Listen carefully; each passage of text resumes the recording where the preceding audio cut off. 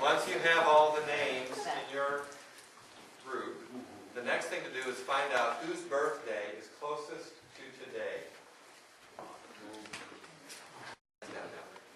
Okay. Yeah.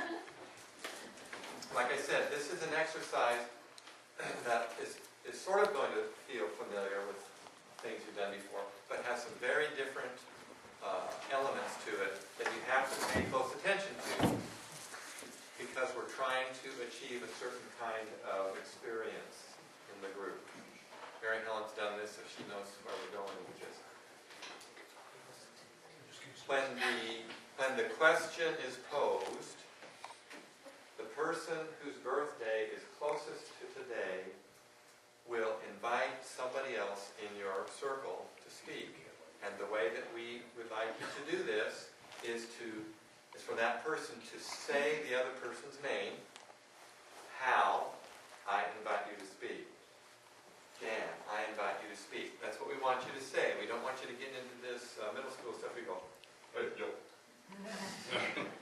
What we're trying to work on is an experience of mutual respect. So, name, and you say, I invite you to speak. When the person is invited, they have an option. They may speak, or they may pass.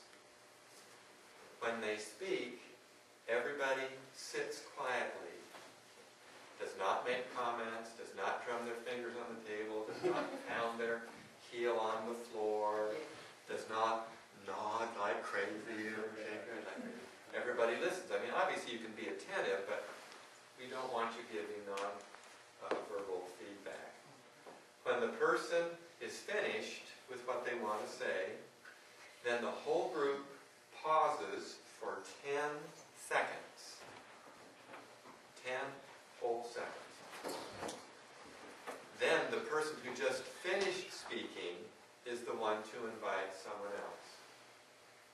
And so that person then will say, David, I invite you to speak. If David chooses not to speak, David says, I pass.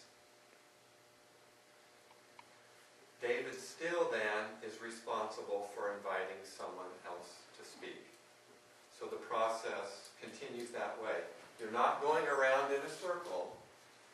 The person whose turn it is to invite decides who he or she wishes to invite. When everybody has been invited once to speak, then the group pays attention to who might have passed, and the last person whose turn it is now to invite gives them a second invitation. And again, they may pass or they may speak.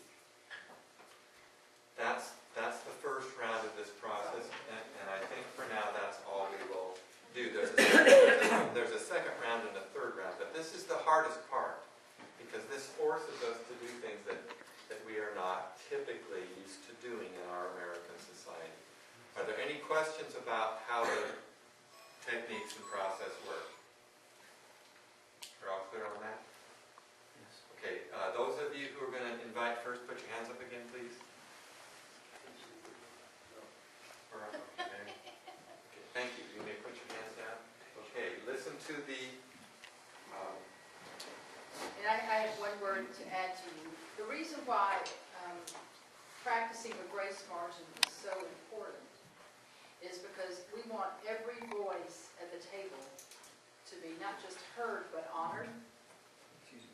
And if you are familiar with, and you all are, working with groups, whether it's sessions, whether it's classes, whatever it is, you know that some people's voices get spoken easily and out loud, and the others go in the parking lot. And we don't get to hear them. And they grow, and the dissension grows, and the fear grows, and all those pieces. So this is an honoring of voice. I believe very strongly in the power of voice and how we as a society, unfortunately, continue to make some folks voiceless. And the sanctity of voice is important to our being a Christian community. The other piece that is going to happen to you in the midst of the first time you do this, you're going to be really discomforted discomforted by not being able to agree with the person next to you or disagree with them when they say something. Your heads are going to nod, you're going to smile, and sometimes in some of the discussions that we have, the laughter starts, because that's what happens when people are nervous about what's been said. This is an honoring. There is no judgment, none. This is giving voice in a grace-filled way. So as we begin together, think about the text that you've just heard. And here's the question that I'm inviting you to respond to. How do you make a day holy? How do you make a day